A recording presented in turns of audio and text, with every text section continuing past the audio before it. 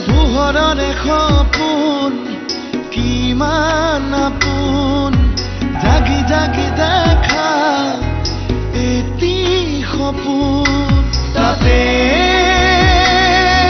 জ্বলি নুমাই যোৱা মৰাউসীৰ জোন পোহৰৰ সপোন মৰাউসীৰ জোন পোহৰৰ সপোন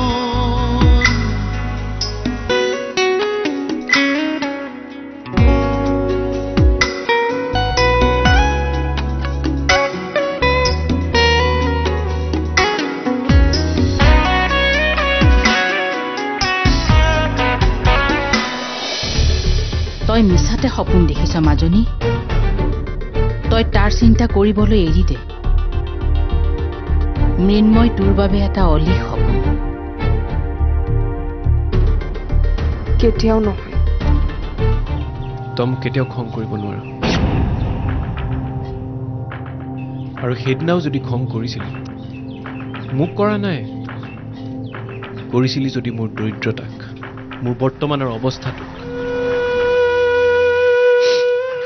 সূৰ্য পশ্চিম ফালে উঠিলেও ব্ৰহ্মপুত্ৰ ওলোটাকে বলেও মই তোমাক কেতিয়াও পাহৰিব নোৱাৰিছো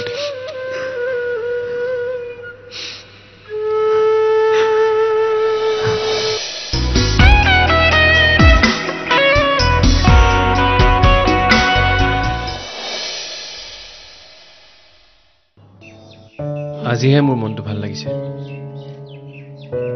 সকলোৱে যে শেষত মোক ছাপোৰ্ট কৰিলে আৰু ইয়াত তোমাৰ অৰিহণাও কম নাই কাইলৈ তুমি গুৱাহাটীলৈ গুচি যাবা মোৰ কিন্তু অকনো ভাল লগা নাই সঁচাকে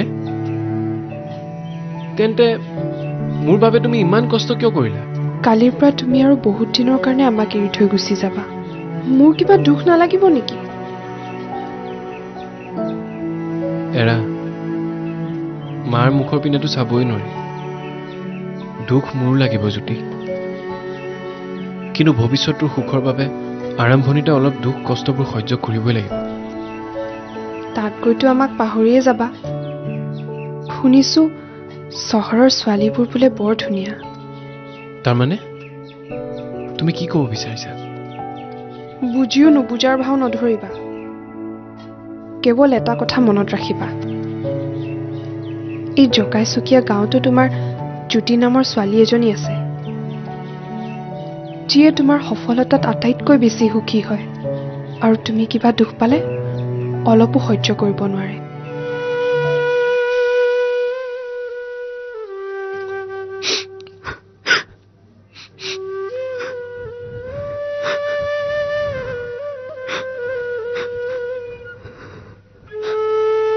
কি হ'ল বিছনাৰ পৰা উঠিবৰ হোৱাই নাই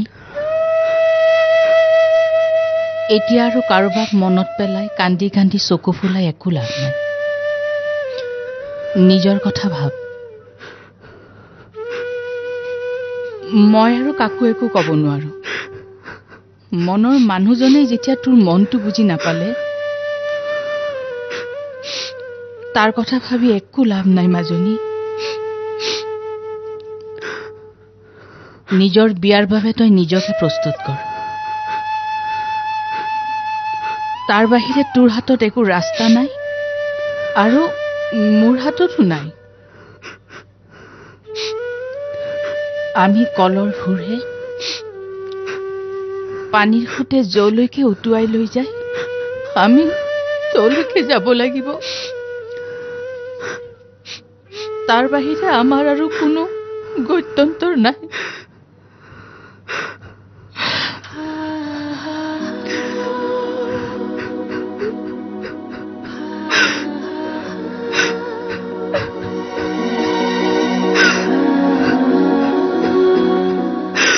মোক এটা ভয়ংকৰ অপৰাধবোধে খেদি ফুৰিছে তই মোৰ বন্ধু আছিলি আৰু চাৰু মোৰ অন্যদাতা দুইজনে হয়তো মোক সাংঘাতিক বেয়া পাইছ, কিন্তু মই জনাত মই একো ভুল কৰা নাই। শিখাৰ ভৱিষ্যতটো যাতে সুন্দৰ হয় তাইৰ কথা চিন্তা কৰাটো মই মোৰ কৰ্তব্য বুলি ভাবো। কিন্তু শিখাই একো বুজাই নাই, মোকে তাইৰ ভৱিষ্যত বুলি ভাবে। সেইখিনি সময়ত তাই টকা পইচাতকৈ বেছি হয়তো তাই মনৰ কথা বুজিব পৰা এজন ল'ৰা বিচাৰিছিল। আৰু মোৰ যদি অসীমৰ সমান টকা পইচা থাকিলেহেঁতেন হয়তো কথাত কোনেও আপত্তি নজনালে হয়। মই তহঁতৰ কাৰণে এজন ভাল ল'ৰাই আছিলোঁ, আদৰ্শ আছিলোঁ। আৰু সেই আদৰ্শৱান ল'ৰাজনে যেতিয়া এজনী ছোৱালীৰ প্ৰেমত পৰিলে তেতিয়া সি ফাল্টু হৈ পৰিলে। ভুল বুজিছ তই। তোক আচলতে আমাৰ কোনেও বেয়া ল'ৰা বুলি ভবাই নাই, আনকি দেউতায়ো। আচলতে দেউতাক মইহে মিছলিড কৰিছিলোঁ, কাৰণ দেউতাই মানুহ চিনি পোৱাত কেতিয়াও ভুল নকৰে। সেইবোৰ কথা একেবাৰে ধৰি নাথাকিবি। তই চিন্তা নকৰিবি, তোৰ মনৰ আশা মই পূৰণ কৰিম।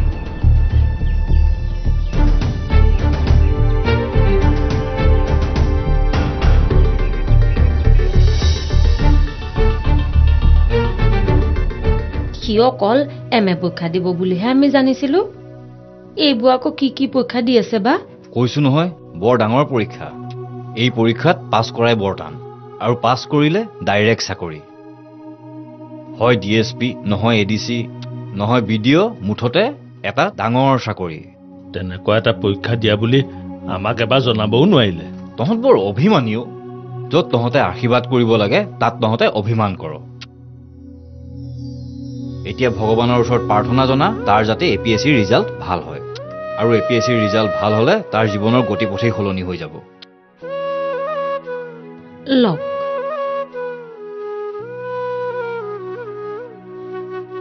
জ্যোতিয়ে কৈছিলে সি বোলে পৰীক্ষাৰ পাছত ঘৰলৈ অহা কথা, কিন্তু এতিয়া ৰিজাল্ট ভাল হ'লে আহিব পাৰে বা নোৱাৰে। তাৰপিছতো তাৰ চাকৰিয়ে হ'ব। পিছে পষ্টিং বা ক'ত হয়? সি নাহিব কিয়? সি গাঁৱৰ ঘৰৰ মাটি এৰিব নোৱাৰে। খালি এটা কথা মনত ৰাখ, সি APSCত পাছ কৰিলে মাজুলীৰ প্ৰথম ল'ৰা হ'ব যি APSC পাছ কৰিব। মাজুলীৰ কাৰণে ৰেকৰ্ড হ'ব।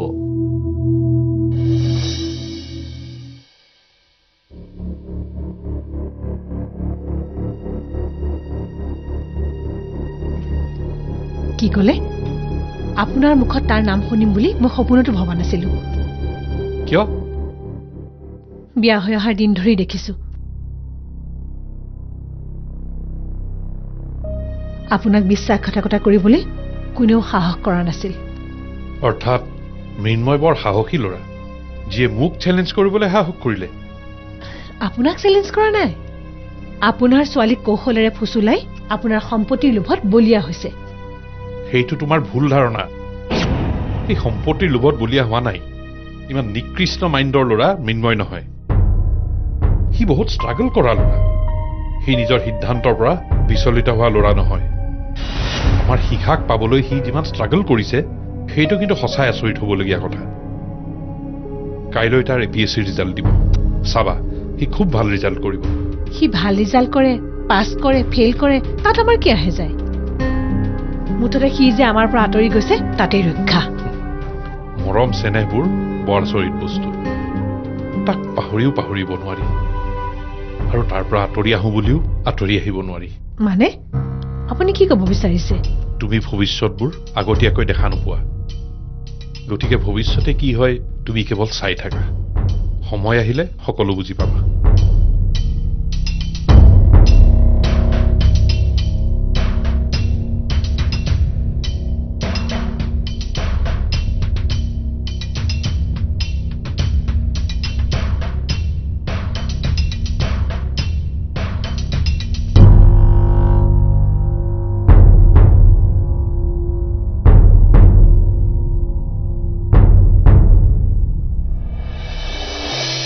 কালি বিক্ৰমে মোক লগ কৰিব আহিছিল।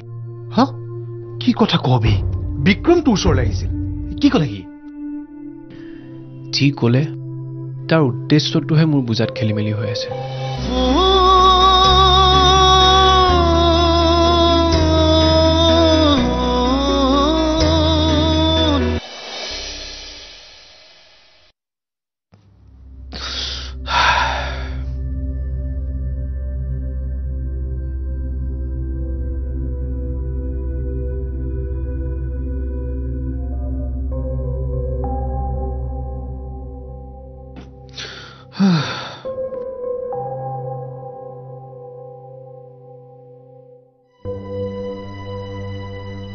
তই বৰ আচৰিত ল'ৰা দেই তোৰ কাইলৈ ৰিজাল্ট নিদিব অলপো টেনশ্যন লগা নাই মই পৰীক্ষাৰ আগতহে টেনশ্যনবিলাক লওঁ এতিয়া টেনশ্যন লৈ লাভ নাই মোৰ মনলৈ বাৰে বাৰে আন এটা কথাহে আহি আছে এই সময়ত অন্য কথা কালি বিক্ৰমে মোক লগ কৰিব আহিছিল হা কি কথা কবি বিক্ৰম তোৰ ওচৰলৈ আহিছিল কি ক'লে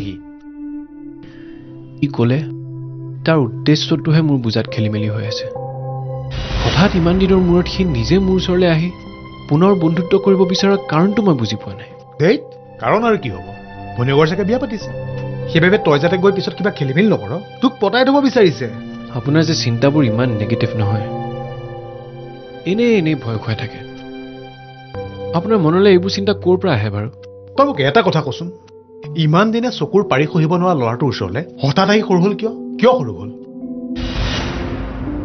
ভাই কোনেও কাৰো ওচৰত বিনাকাৰণৰ সৰু নহয় বুজিলি মোৰ মনৰ অৱস্থা যেনেকুৱা হৈছিল হয়তো তাৰ মনৰ অৱস্থাও ঠিক তেনেকুৱাই হৈছিল সি যদি আৰু কেইদিনমান নোহোৱাকৈ থাকিলে হয় তেতিয়াহ'লে মই নিজে তাৰ ওচৰলৈ গ'লোহেঁতেন সি হয়তো মোতকৈ অলপ বেছি আৱেগিক সেইবাবে নিজকে দমন কৰিব নোৱাৰি কামটো আগতে কৰি পেলালে আচ্ছা সেইবোৰ কথা বাদ দে এই ভনীয়েকৰ কথা কিবা লৈছিল নাই উলিওৱা কিন্তু শিখাই আকুৰ গোজ কৰি থকাৰ কাৰণেই বোধহয় উপায় নাপায় মোৰ ওচৰলৈ আহিছিল জানো পাই এইবিলাক আৰু ভগৱানেহে জানে এই ডাঙৰ মানুহৰ মনবিলাক একেবাৰে ধৰিব নোৱাৰি সিহঁতি যিমান সোনকালে গৰম হয় নহয় তাতকৈ বেছি সোনকালে নৰমো হ'ব পাৰে সেয়া খানাৰ বেল বাজিল ব'ল নহ'লে গৰমে গৰমে খাওঁগৈ ঠাণ্ডা হ'লে বৰ বেয়া লাগে ব'লক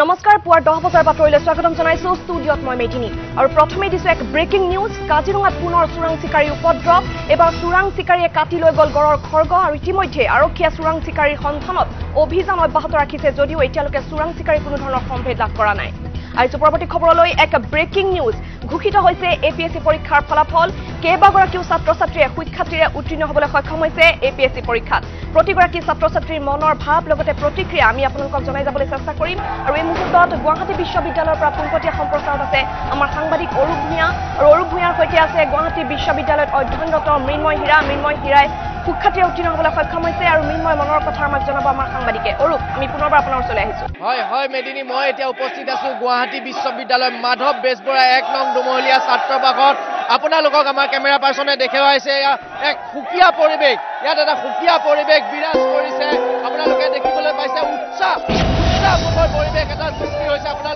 এই আৱাসৰ পৰা এপিএছচি পৰীক্ষাত কাৰণ এই আৱাসৰ পৰা এপিএছচি পৰীক্ষাত সুখ্যাতিৰে উত্তীৰ্ণ হৈছে এই আৱাসৰ আৱাসী মৃন্ময় হীৰা এইজনে মৃন্ময় হীৰা যিজন মৃন্ময় হীৰাই হায়াৰ ছেকেণ্ডেৰী পৰীক্ষাত মেট্ৰিক পৰীক্ষাত ষ্টেণ্ড কৰিবলৈ সক্ষম হৈছিলে হায়াৰ ছেকেণ্ডেৰী আৰু মেট্ৰিক পৰীক্ষাত লগতে মৃন্ময় হ'ল মাজুলী এখন অখ্যাত গাঁৱৰ এজন ল'ৰা যিজন ল'ৰাই অতি কষ্টৰে পঢ়ি পেলাই গুৱাহাটী বিশ্ববিদ্যালয়ত অধ্যয়ন কৰি পেলাই আপোনালোকে এপিএছচি পৰীক্ষাত সুখ্যাতিৰে উত্তীৰ্ণ হৈছে আমি তেখেতৰ মনৰ অনুভৱ জানিবলৈ চেষ্টা কৰিম প্ৰথমতে আমি বন্ধুৰ পৰা জানিব বিচাৰিছোঁ আমি এইমাত্ৰ গম পাইছোঁ আপুনি তেখেতৰ ৰুমমেটৰ যি আমাৰ সুখ্যাতিৰে উত্তীৰ্ণ কৰিছে আপোনাৰ মনৰ অনুভৱ কেনেকুৱা আজি সঁচাই খুব বেছি ভাল লাগিছে আৰু তাৰ মানে কষ্টবোৰে ফল পাইছে আৰু সি মোৰ ৰুমমেট বেছি ভাল লাগিছে ধন্যবাদ সকলোৱে উৎসাহমুখৰ পৰিৱেশ আৰু এজন আছে তেখেতৰ বন্ধু আপুনিও হয়তো তেখেতক যথেষ্টখিনি মানে সহায় কৰিছে কাৰণ বন্ধু নহ'লেতো আমি উত্তীৰ্ণ হোৱাটো সহজ কথা নহয় গতিকে আপোনাৰ মনৰ অনুভৱ কেনেকুৱা মোৰ এজন আটাইতকৈ পৰম বন্ধুৱে আজি অসমৰ সকলোৰে শীৰ্ষত নিজৰ নাম উজ্বলাইছে আৰু সেইকাৰণে মই অতি আনন্দ অনুভৱ কৰিছোঁ আৰু তাক মই কংগ্ৰেচুলেশ্যন কৰিছোঁ আমি এতিয়া মৃন্ময় মনৰ অনুভৱ জানিবলৈ চেষ্টা কৰিম হয় মৃন্ময় নিশ্চয়কৈ আপোনাৰ ভাল লাগিছে তথাপিও আপুনি কি ক'ব বিচাৰিব কেনেকুৱা লাগিছে ভাল লাগিছে আৰুনো কেনেকুৱা লাগিব হয় ভাল লাগিছে আপুনি এপিএছচি এটা সঁচাকৈ বিৰাট ডাঙৰ পৰীক্ষা আৰু এপিএছচি পৰীক্ষাত আপুনি অধ্যয়নৰত অৱস্থাত আৰু সুখ্যাতিৰে আৰু সৰ্বোচ্চ নম্বৰ লৈ পাছ কৰাটো অতিকৈ কঠিন আপুনি কিদৰে প্ৰিপেৰেশ্যন চলাইছিল তেনেকুৱা বিশেষ একো প্ৰিপেৰেশ্যন নাছিল খালি কিতাপখিনি ভালকৈ পঢ়িছিলোঁ। হয় হয়, কিতাপখিনি তেখেতে ভালকৈ পঢ়িছিলে বুলি আমাক ইতিমধ্যে জনাইছে। আপোনাৰ সপোনবোৰতো নিশ্চয় এতিয়া সম্পূৰ্ণ হ'ল। সপোন জানো কেতিয়াবা পূৰণ হয়? এতিয়াতো আৰম্ভ হৈছেহে। বহুত নতুন নতুন সপোন দেখিবলৈ চেষ্টা কৰিম। মৃন্ময়, আমি কথাটো আচলতে নুবুজিলোঁ। আপুনি কেনেকুৱা ধৰণৰ সপোনৰ কথা কৈছে? লাজ কৰিব নালাগে দিয়া। কৈ নিদিয়া কিয়?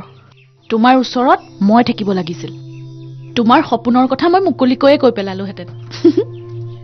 সেয়া মোৰ ব্যক্তিগত সপোন আৰু তাক মই খোলাকৈ ক'বলৈ বিচৰা নাই।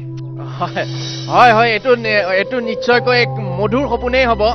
হয়তো আপোনাৰ একান্ত ব্যক্তিগত হ'ব বাৰু, আমাক ক'ব নালাগে। কিন্তু মই এটা আপোনাক প্ৰশ্ন সুধিব বিচাৰিছোঁ। আপুনি যিখিনি পৰীক্ষাত আজিলৈকে অৱতীৰ্ণ হৈছে সকলোতে সফলতাৰে উত্তীৰ্ণ হৈছে, আৰু আমি জানিবলৈ পাওঁ যে সফলতাৰ আঁৰত এক প্ৰেৰণা থাকে। আপোনাৰ প্ৰেৰণা কোন, আমাক জনাব নেকি? কিন্তু কোনোবাই আপোনাৰ নামটো উচ্চাৰণ কৰিলেনে? স্বয়ং মৃন্ময়ো আপোনাৰ নামটো এবাৰ ল'বলৈ মনত নকৰিলে। এৰা, মোৰ নাম কিয় ল'ব লাগে হে?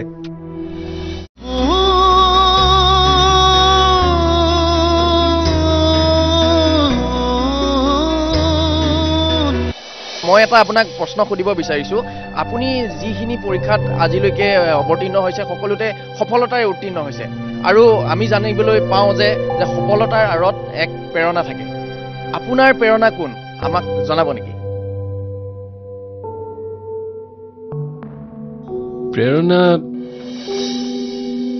মোৰ প্ৰেৰণা আচলতে মই নিজে।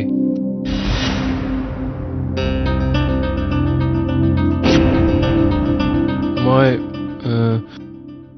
অভাৱ আৰু দৰিদ্ৰতাক নেওচি ছাকচেছফুল হোৱাটো সৰুৰ পৰাই মোৰ এটা সপোন আছিল, আৰু সেই সপোনেই মোৰ প্ৰতিটো খোজৰ প্ৰেৰণা।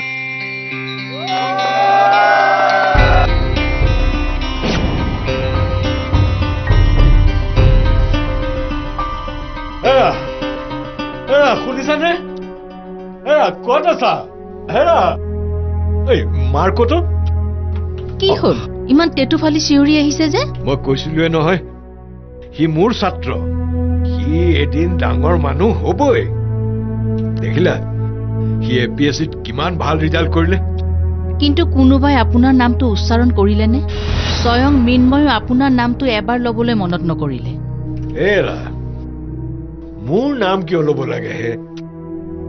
মইতো নামৰ বাবে তাক সহায় কৰা নাছিলো। তাৰ ভাল হওক সেয়াই মই অন্তৰৰ পৰা কামনা কৰিছিলো। নিজৰ ছাত্ৰৰ সাফল্যত এজন শিক্ষক কিমান সন্তুষ্ট হয় তুমি অনুভৱ কৰিব নোৱাৰিবা। কেইদিনমানৰ পিছত হয়তো মোৰ ছোৱালীয়ে অনুভৱ কৰিব পাৰিব, কাৰণ তাইও এতিয়া এগৰাকী শিক্ষয়িত্ৰী।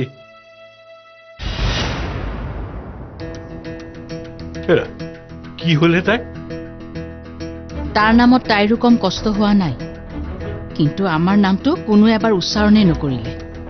আপোনাৰ কথা ভাবিয়ে চাগে তাই মনত কষ্ট পাইছে।